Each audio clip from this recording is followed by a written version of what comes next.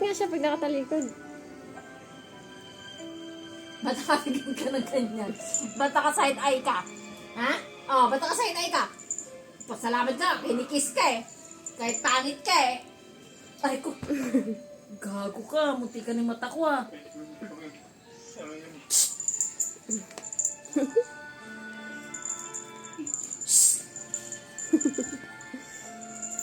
Ashi? Ashi ka pangit talaga sa Ashi, baby. Ang pangit-pangit mo.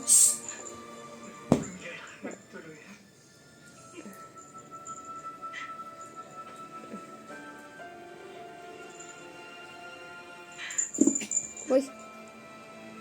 Wala po na.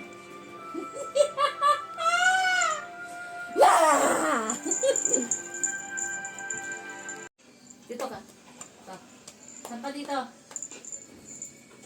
Dashi! Hindi, dyan dito nga. Bagti ka, uy! Dito sa likod, dito. Dito. Dito. Ang dagi ko nasan? Lash, dito. Pinakausap yung doktor mo. Lash. Hindi natuloy ang kasal natin. Huwag mong intindihin yan. Ang importante, buhay ka. Siguro, budget na rin para sa akin yung nangyaring balilan na yun.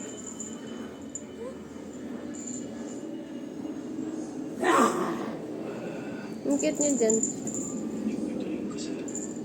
Ang cute niya pag nakatalikod. Lalo na to. Dito ka. Dito. Nakakaya nga ako sa inyo eh. Pero hindi ko talaga sinasadya. Yung anak nyo kasi, sumingit pa. Yan, siya tuloy na puruhan. Kaya nga ako nandito eh. Kung ayaw nyo akong bayaran, okay lang. Hindi.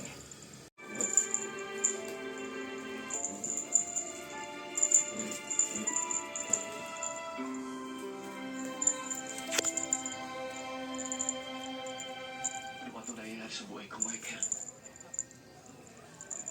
Ilang ulit ang lalagay sa pangarap si Fia. May palagayin ako, Tito Fernando, na hindi basta kidnappers ang kakaibiya. Anong ibig mong sabihin?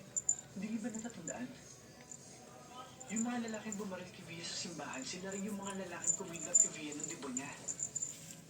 Baka may kumakalaban sa inyo ng pailalim.